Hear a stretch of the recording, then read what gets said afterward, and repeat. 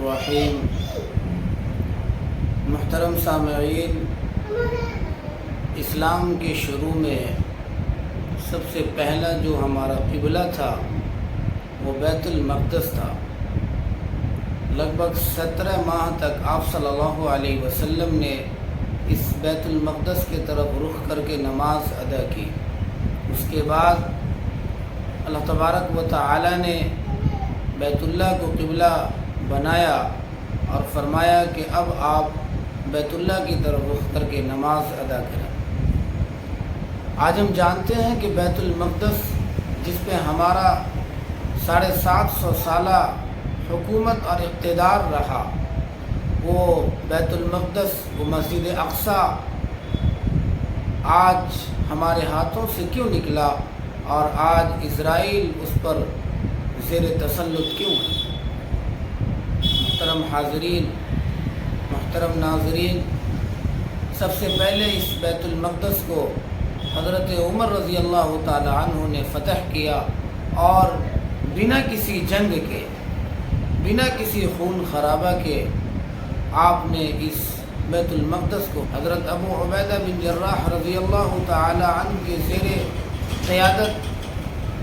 آپ نے صحابہ کے ساتھ لشکروں کو بھیجا، لیکن یہودیوں کا کہنا تھا کہ جب تک ایک درویش اور فقیر بادشاہ یہاں نہیں آ جائے گا، اس بیت المقدس کو تم فتح نہیں کر پاؤ گے۔ لہذا ابو عبیدہ بن جراح رضی اللہ تعالی عنہ نے خط لکھا حضرت عمر رضی اللہ تعالی عنہ کو، اور اس میں لکھا کہ آپ یہاں تشریف لائیں گے تو بیت المقدس فتح ہو جائے گا۔ لہذا ایسا ہی ہوا کہ آپ نے بیت المقدس کا سفر کیا اور بنا کسی قتل و قتال کے پرامن طور پر اس بیت المقدس کو آپ نے فتح کیا اور یہ اسلام کا حصہ بنا۔ 750 سال تک یہ مسلمانوں کو زیر تسلط رہا اور مسلمانوں نے اس پر حکومت کیا، لیکن 1099 عیسوی میں آ کر اور وہ قتل و غارت کا بازار گرم کیا کہ لگ بھگ 1 لاکھ مسلمانوں کو انہوں نے ذبح کیا۔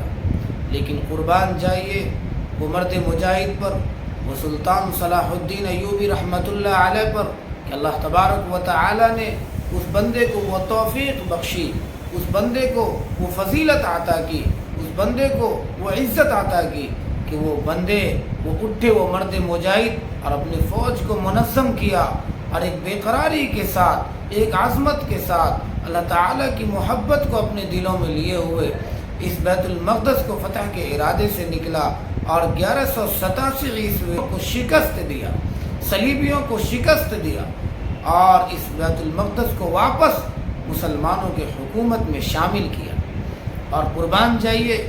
ان کے اخلاق پر، ان کے اعلیٰ کردار پر کہ وہ کسی بھی ایک غیر مسلم کو، کسی بھی یہودی کو، کسی بھی صلیبی کو انہوں نے قتل نہیں کیا، بلکہ ہر ایک کو معاف کر دیا۔ جیسا کہ صلیبیوں نے، یہودیوں نے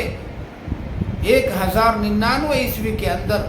بیت المقدس کو جب چھینا تو ہزاروں نہیں لاکھوں مسلمانوں کو ذبح کیا، لیکن اسلام کا یہ مزاج نہیں۔ اسلام تو آیا ہی ہے امن کے لیے، شانتی کے لیے، انتی کے لیے، پیار پھیلانے کے لیے، اور صلاح الدین ایوبی رحمۃ اللہ علیہ نے سب کو معاف کیا اور جنگ حطین کے اندر وہ جنگ لڑی، اور 1187 عیسوی کے اندر سلطان صلاح الدین ایوبی رحمۃ اللہ علیہ نے بیت المقدس کو، مسجد اقصیٰ کو واپس یہودیوں سے لے کر مسلمانوں کے حصہ میں شامل فرمایا۔ محترم ناظرین،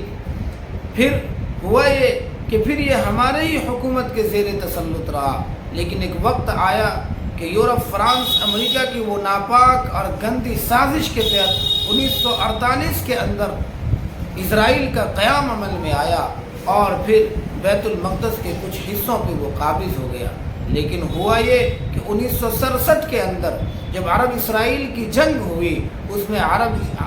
اسرائیل نے عرب کو شکست ہی نہیں دی بلکہ بیت المقدس پر قابض ہو گیا، اور 1967 سے آج تک یہ ہمارے ہاتھوں سے نکلا ہوا ہے۔ محترم ناظرین، بیت المقدس وہ آواز دے رہا ہے کہ کاش وہ کوئی صلاح الدین ایوبی رحمۃ اللہ علیہ پھر سے نمودار ہو، پھر سے اس امت سے نکلے اور کوئی اس مرد مجاہد کے طرز عمل پر چلے اور اس بیت المقدس کو واپس لے لے۔ آج اسرائیل آئے دن خون خرابہ کر رہا ہے، وہ ظلم و جبر کا، تشدد کا بازار گرم کر رکھا ہے، ہم کچھ نہیں کر سکتے۔ تو دعا کریں کہ اللہ تبارک و تعالی وہاں پرامن ماحول بنائے۔ اللہ تبارک و تعالی ہم میں کوئی ایسا مرد مجاہد عطا کر دے جو پھر سے اس بیت المقدس کو اسلام کا حصہ بنائے۔ آپ تمام حضرات